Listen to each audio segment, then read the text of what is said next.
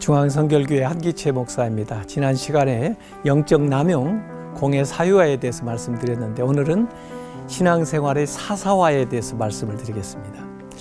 오늘날 한국교회의 그 신앙이 사사화되고 있다고 하는 것을 보여주는 통계 자료가 발표된 적이 있습니다. 2016년 교회 리더 350명을 대상으로서 그리스도인으로서의 그 삶의 영역에 대한 설문조사였는데요. 응답자의 절반이 넘는 54.4%가 신앙생활을 교회에서의 예배, 봉사, 기도에 참여하는 것으로 얘기를 하고 있습니다. 이 이야기는 한국교회 그 신앙생활이 교회라고 하는 공간에 머무르고 있다고 하는 것이죠. 교회의 개토화를 의미하고 있는 것입니다. 여기에 개인의 큐티, 또 가정에서 예배드리고 또 선교적인 어떤 일에 참여하는 것으로서 그 신앙생활을 거의 다 한 것처럼 그렇게 응답하는 것이까지 합친다고 하면은 신앙의 사사화가 극도로 심각하다라고 하는 것을 볼 수가 있습니다. 사실 신앙생활은 이 가정에서뿐 아니라 직장생활 일터에서 그리고 사회 속에서 진행이 돼야 되는데 우리의 신앙생활이 점점 사회로부터는 담을 쌓고 그 교회 안에서만 진행되는, 그래서 하나님의 말씀이나 또 우리의 믿음 생활이 사회나 또 세상에 영향을 미치는 것보다는 그냥 가정 또는 개인의 영역에만 영향을 미치는 것으로 조사가 보여주고 있습니다. 이렇듯 한국교회가 극단적으로 사사화된 것은 1차적으로 교회가 너무 울타리를 높게 치고 그 안에서만 살아왔기 때문입니다. 한국교회가 길을 닦는 교회가 되는 대신 성을 쌓는 교회가 되어버린 겁니다. 교회는 사실은 길을 만들어서 사회 속으로 깊이 들어가야 되는데 우리 교인들이 교회 내부에서만 많이 머물고 있습니다. 이 고인 물이 썩듯이 사사화된 한국교회는 결국 그 존재의 목적을 상실하고 또 사회의 지탄을 받는 그런 지경에까지 나가고 대사회적인 신의도도 떨어지는 그 지경에 이르게 되었습니다. 하나님 아버지는 우주 만물을 창조하시고 또 예수 그리스도도 온 인류를 구원하신 구세주이신데, 그리고 또 이 복음은 천하 만민에게 전파돼야 되는데 이 복음이 우리 기독교인에게만 전유물로 돼서는 안 됩니다. 하나님의 말씀은 온 세상이 들어야 되고 또 온 세상을 향하여 나가라는 것이 예수님의 지상 명령이었습니다. 너희는 가서 모든 민족으로 제자를 삼아 아버지와 아들과 성령의 이름으로 세례를 베풀라. 승천하실 때도 오직 성령이 너에게 임하시면 너희가 권능을 받고 예루살렘과 온 유대와 사마리아와 땅끝까지 이르러 내 증인이 되라고 이렇게 말씀을 하셨습니다. 구약에도 물론 선교라는 개념이 있습니다만은 구약에는 믿기 위해서는 이방인이라도 히브리인처럼 이렇게 들어와야 되기 때문에 90년적인 선교 방식이었다면은 이 초대교회 선교는 원심력적으로 나아가는 확장적이고 선포적이고 외향적인 방식의 선교입니다. 떡반죽 전체를 발효시키는 누룩처럼 숲을 이루는 작은 씨앗처럼 그렇게 되어야 됩니다. 한국 선교 초기만 해도 소수의 기독교인이었었지만은 2%도 안 되는 사람들이 3.1 운동을 일으키고 사회와 문화와 정치, 교육, 의료 모든 분야에 기독교인들이 선한 영향력을 미쳤습니다. 그런데 지금은 거의 20%, 25%의 기독교인, 한국 최대의 종교가 기독교가 됐습니다마는 그 신앙생활이 점점 더 사사화되고 있습니다. 신앙생활이 교회와 개인의 사적인 영역에만 머무르고 있다는 것입니다. 예수님께서는 우리를 세상의 소금이다, 세상의 빛이다 이렇게 말씀을 하셨는데 교회 안에만 머무르는 소금 덩어리, 등경 아래 둔 등불로 전략하고 있습니다. 소금과 등불의 역할을 제대로 감당하지 못하는 것입니다. 그러는 사이에 세상의 중심에서 교회가 점점 변두리로 밀려나고 말았습니다. 변화산에서 신비한 체험을 한 베드로가 예수님에게 여기 있는 것이 좋사오니 초막 셋을 짓고 그곳에 살자고 건의했을 때 예수님께서는 산 아래로 내려갈 것을 말씀하셨습니다. 오늘날 기독교는 산 위의 종교로 머물면서 세상을 위한 산 아래의 종교가 되기를 단념한 것처럼 보입니다. 그 산 아래는 귀신 들려서 간질로 고통받으며 간절하게 예수님을 기다리는 사람도 있었는데 말입니다. 교회가 복음을 필요로 하는 세상으로 진군하지 않고 세상으로부터의 도피처가 되고 있습니다. 예수님께서는 고별 설교를 통해서 교회의 본질에 대해서 말씀하셨습니다. 내가 비옵는 것은 그들을 세상에서 데려가시기를 위함이 아니요 다만 악에서 빠지지 않게 보존하시기 위함이니이다. 내가 세상에 속하지 아니함 같이 그들도 세상에 속하지 아니하여 싸움나이다. 기독교인들은 세상에 살지만 세상에 속하지 않으면서 세상을 복음으로 변화시키는 존재들입니다. 미로슬라프 몰프라고 하는 분은 그 광장에 선 기독교라는 책에서 기독교의 본질을 상승과 회귀로 설명을 했습니다. 예수님은 승천하셨고 상승하셨고 다시 재림하실 것입니다. 회귀. 모세도 시내의 산에 계명을 받으러 상승 올라갔고 또 말씀을 받아 다시 회중에게 회귀 돌아왔습니다. 상승은 하나님과의 만남을 통해서 메시지를 받고 신앙의 정체성이 형성이 되는 수용적인 사건입니다. 한편 회귀는 세상에서 메시지를 전파하고 실행하는 창조적인 사건입니다. 이 수용적인 상승이 없으면 세상을 변화시킬 메시지를 받을 수 없고 또 창조적인 회귀가 없으면 실제로 세상을 변화시킬 수가 없습니다. 신앙생활의 상승은 반드시 창조적인 회귀로 이어져야 합니다. 그런데 우리의 신앙생활에서 기능장애가 발생할 수 있습니다. 상승 기능장애가 있는가 하면 회귀 기능장애도 있습니다. 하나님과 이웃을 온전히 사랑하지 못할 때 이런 기능장애가 발생하는데요. 먼저 하나님을 진정으로 사랑하지 못하면 상승 기능장애가 발생합니다. 자신의 이해관계를 따라 하나님과 관련된 언어를 도용하면서 그것이 마치 하나님의 뜻인 양 자신과 공동체를 속이며 살아가는 것입니다. 마치 아론이 금송아지를 만들어 놓고 이것이 너희를 애굽에서 인도한 하나님이다라고 말한 것처럼 다름 아닌 우상숭배를 하고 있는 겁니다. 이런 우상숭배는 교회 안에서도 우리 신앙생활에서 발견될 수 있습니다. 우상은 개인이 되기도 하지만 교회 건물이 되기도 합니다. 또 한편 이웃을 진심으로 사랑하지 않을 때는 회귀 기능 장애가 발생합니다.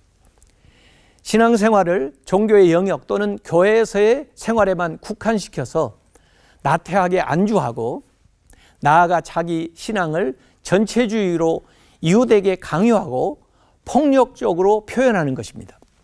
가장 높이 나는 갈매기가 가장 멀리 본다는 말로 유명한 리처드 버크의 갈매기의 꿈에도 보면 이 상승과 회귀의 원리를 발견할 수 있습니다. 그 소설의 주인공 조나단 리빙스턴 시걸은 먹는 것이 아니라 나는 것에 관심이 있는 갈매기였습니다.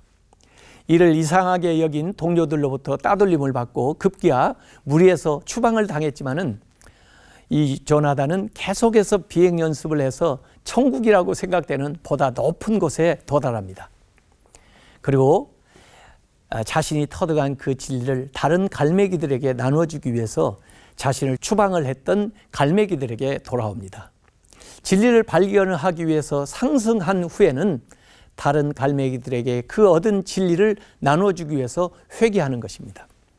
오늘 기독교인들이 생각하는 신앙은 목회자들이 주일에 제공하는 영적 서비스를 소비하고 복을 받아 성공하려는 개인주의, 이기주의의 경향에 갇혀버렸습니다. 현세 기복주의적이고 이기적이고 소비 중심적인 밴딩머신 신앙에 머물러 있는 것입니다. 그러나 우리의 믿음은 반드시 공적인 영역에서 삶으로 증명되어야 합니다. 하나님의 자녀라는 정체성에서 예수님을 따라 사는 예수님의 제자의 실천적인 삶으로 나아가야 됩니다. 교회 안에 머무르는 신앙을 넘어서 가정에서 그리고 일터에서 신앙을 생활화해야 됩니다. 교회 앞에서 그 가게를 운영하고 있으면서도 교회에 나오지 않는 어떤 가게 주인이 요사이 새로 부임하신 목사님 설교가 좋아졌다고 칭찬을 했다고 합니다. 그 들은 손님이 아니 교회 오셔서 목사님 설교를 들어보셨어요? 그러니까 아니요. 그런데 어떻게 설교 잘하는 줄 아세요? 그랬더니 그 가게 주인이 웃으면서 새로운 목사님이 부임한 후에 그 교회 교인들이 외상을 잘 갚는다는 것입니다. 불신자에게는 기독교인의 그 구체적인 삶의 변화가 평가의 기준이 됩니다. 그들이 볼 수 있는 유일한 성경은 신자입니다. 교회는 같은 취미를 가진 사람들이 모여 교제하는 동호회가 아닙니다.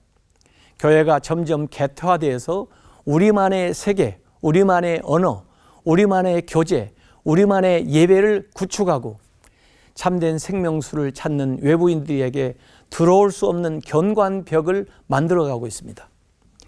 예수님께 가는 길을 닦는 교회가 아니라 성을 쌓는 교회가 되고 있습니다. 교회는 세상으로 파고 들어가 사회를 변혁시켜야 되는데 오히려 세상과 단절되고 말았습니다. 미국 워싱턴 성경박물관에는 노예 성경이 있다고 합니다. 이 성경은 1808년 영국 런던에서 발행을 했는데 성경에 여러 군데가 빠져 있습니다. 예를 들어서 창세기 끝나고 바로 출애굽기에 들어가면 1장에서 18장까지 없고 곧바로 19장이 나오는 시기입니다. 애굽에서 노예살이하던 히브리 백성이 하나님에 의해서 해방되어 자유를 얻게 되는 그 내용을 빼버린 겁니다. 백인 지배층이 흑인 노인들이 영향을 받을 내용을 미리 삭제하고 편집해서 구약의 90%가 빠지고 신약의 50%가 빠진 숭숭 구멍이 뚫린 성경을 만든 것입니다. 오늘날 우리도 숭숭 구멍이 뚫린 성경을 가지고 있습니다. 우리의 입맛에 맞는 내용만 골라서 믿기 때문입니다. 기독교가 세상의 중심에서 외곽으로 밀려나게 된 가장 중요한 이유는 우리의 신앙이 복음의 능력, 성령의 능력을 놓쳤기 때문입니다. 세상을 선도할 자신감을 잃었기 때문입니다.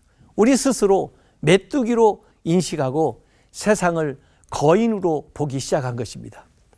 오늘날 교회가 저 넓은 세상, 복음이 필요한 세상을 향해 전진할 담대함과 거룩한 모험심을 길러주지 못하고 있습니다. 목회자와 교회 리더들이 세상으로 나가야 할 사람들을 충성이라는 명목으로 교회만 붙들어 두고 있는 것이 아닌지 반성할 필요가 있습니다. 어쩌면 목회자 자신부터 성령 충만, 능력 충만, 말씀 충만, 사랑 충만해서 세상을 향하여 나아갈 용기와 담력을 가져야 할 것입니다. 오늘도 하나님은 모이면 뜨겁게 예배하고 기도하고 흩어지면 하나님의 뜻을 힘있게 실행하는 신자와 목회자를 간절히 찾고 계십니다. 신앙생활이 사적인 영역에만 머물렀던 것을 회개해야 됩니다. 우리 개인의 믿음은 공적인 영역에서 증명되어야 합니다. 교회는 지금 세상과 한 배를 타고 있습니다. 다시스로 가는 요나의 배를 한번 생각해 보십시오. 그 배는 다른 사람이 아니라 바로 불순종한 요나 때문에 풍랑을 만나게 됩니다. 세상의 죄 때문이 아니라 교회의 죄 때문에 배에 탄 사람들이 함께 고난을 당하는 것입니다. 이제 세상 사람들이 일어나서 요나를 꾸짖듯이 세상이 일어나서 교회를 꾸짖고 있습니다. 그렇게 잠만 자고 있지 말고 깨어 일어나 네가 믿는 하나님께 기도하라고 충고합니다. 당신은 왜 당신의 안위를 위해 당신이 할 수 있는 일을 하고 있지 않소? 라고 물어봅니다. 뭐라도 좋으니까 한번 해보라고 이 얘기하고 있습니다. 만일 그들이 제대로 알았다면 당신이 이 문제에 키를 쥐고 있는 사람 아니오? 왜 잠만 자고 있어? 그 믿음을 한번 사용해 보시오 라고 책망을 했을 것입니다. 당신이 가지고 있는 그 믿음의 자산을 같은 배를 타고 있는 사람을 위해서 뭔가 시도하고 활용을 해야 됩니다. 우리가 누리는 영적 자원을 공공의 선에 보탬이 되는 방식으로 활용을 해야 됩니다. 우리의 믿음은 개인적이지만 우리의 믿음이 공적인 영역에서 발휘되어야 됩니다. 그러지 않으면 기독교는 공공의 적이 될 것입니다. 우리 개인의 신앙은 사적인 영역에서만 머물러서는 안 되고 공적인 영역에서 표현되어야 합니다. 불신자들은 성경을 읽지 않습니다. 다만 우리의 삶을 통해서 하나님을 보고 우리의 말과 행동을 통해서 하나님을 읽습니다. 우리의 삶이 하나님과 성경을 제대로 반영하지 못한다면 그들은 영영 하나님을 알 길이 없습니다. 종교개혁의 중요한 의의는 성과 속을 분리하는 이분법적인 의식구조를 철폐한 것입니다. 주일과 평일, 교회와 세상, 목회자와 평신도, 신비한 체험과 일상적인 체험, 하나님의 일과 세상의 일 사이에 담을 허문 것입니다. 종교개혁에 있어서 오직 은총으로, 오직 믿음으로, 오직 성서로, 그것 못지않게 중요한 게 만인제사장직입니다. 종교개혁의 정신은 신자는 모두 왕같은 제사장이라는 것입니다. 이는 모든 신자가 교황처럼 독불장군이 되라는 뜻이 아닙니다. 모든 신자는 소명감을 가지고 모든 사람을 위한 사역자가 되라는 의미입니다. 이런 의미에서 모든 신자는 일터 사역자고 전문인 사역자가 되어야 합니다. 루터의 소명 사상은 소명이 종교적인 영역에만 국한되지 않고 삶의 전 영역에 영향을 미치는 것을 의미합니다. 이로써 일상생활의 의미가 더욱 중대해졌습니다. 무슨 일을 하든지 마음을 다하여 죽게 하듯 하고 사람에게 하듯 하지 마라. 문제는 기독교 안에 만연한 현대판 영지주의입니다. 기독교 역사 속에서 영지주의는 절대적인 이분법적인 관점으로 몸 없는 영혼을 강조해 왔습니다. 영주의자들은 개인 구원에 대한 관심이 지대하지만은 하나님 나라를 이 땅에 실현하는 데는 관심이 없었습니다. 개인과 공동체, 사적인 신앙과 공적인 신앙은 균형을 이루어야 합니다. 따라서 우리의 개인의 신앙은 교회, 사회, 국가, 세계, 생태계, 우주로 확장되어야 합니다. 영성은 중요하지만 사회적인 영향력이 없는 영성은 건강하지 못합니다. 참된 기독교의 영성은 공적인 영역에서 성경적인 가치를 실현할 수 있어야 합니다. 생태계 파괴, 또 탄소 중립 문제, 자살, 안락사, 사형제도, 낙태, 인간복제 이런 문제가 기독교의 생명운동으로 해결될 수가 있습니다. 전쟁, 평화, 자유, 인권, 정의, 경제, 가난, 직업, 성, 환경 이 모든 것들이 다 신앙의 문제입니다. 구약의 선지자들도 하나님과의 관계에 대해서만 말하지 않고 그때 그 땅에 대한 것, 노동에 대한 것, 자본에 대한 것, 임금, 세금, 빈곤, 법률, 정의, 정치, 전쟁, 평화에 대해서 선지자들이 말했습니다. 세속의 영역에 적극적으로 기독교적인 세계관, 하나님의 말씀으로 참여해야 된다는 것을 의미합니다. 리차드 리버는 자신의 책 그리스도와 문화에서 문화와 그리스도와의 관계를 5가지 유형으로 규정을 했습니다. 그 가운데는 그리스도와 문화가 서로 배척하고 타협할 수 없는 관계에 있다고 보는 입장인 문화에 대항하는 그리스도, 또 그리스도가 문화에 완전히 동화되는 수준으로 문화를 무비판적으로 받아들이는 입장인 문화의 그리스도의 개념 등이 있습니다. 리버는 이런 양극단의 개념을 대신해서 그리스도 안에서 문화와 세상을 변혁시키는 방법을 찾아야 한다는 문화를 변혁하는 그리스도의 개념을 이야기하고 있습니다. 문화를 변혁하는 그리스도를 생각한다면 기독교의 신앙은 사적인 신앙에서 공적인 신앙으로 나가야 됩니다. 기독교적인 가치로 문화와 정치를 바꿀 수 있어야 합니다. 아니, 바꿔야 될 책임이 우리에게 있습니다. 신학에도 같은 논리가 적용됩니다.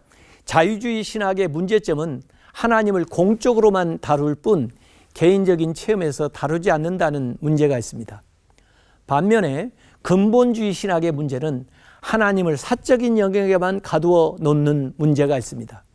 우리는 사적으로도 그리고 공적으로도 하나님을 경험을 해야 되고 이 공적인 영역과 사적인 영역이 서로 균형을 이루어야 됩니다. 하나님을 믿는 믿음이 공적인 영역에서 적극적으로 표현이 돼야 되고 기독교인들은 사회적인 책임을 잘 감당을 해야 됩니다. 개인적인 하나님과의 관계를 공적 영역으로 이어나가는 것이 예언자적인 사명이요. 교회와 사회 모두를 변화시키고 성장시킬 수 있는 기회입니다. 하나님은 개별적이지만 결코 사적이지는 않습니다. 한국에서 기독교가 최대 종교가 되었음에도 불구하고 아직 한국 사회가 바뀌지 않고 있는 이유는 신앙의 사사화 때문입니다.